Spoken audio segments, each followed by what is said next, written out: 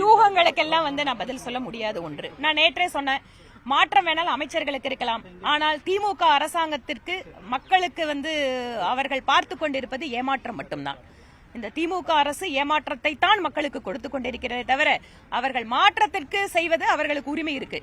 ஆனால் மக்களுடைய எதிர்பார்ப்புகளை அவர்கள் புரிந்து கொள்வதில்லை என்பதுதான் எங்களோட நிலைப்பாடு. சிஎம் ஒரு ட்வீட் போட்டிருக்காரு, அதாவது 471 நாட்கள் சிறையில் இருந்திருக்காரு. அமலாக்கத்துறை அரசியல் எதிரிகளை ஒடுக்கும் துறையாக இருந்திருக்கு.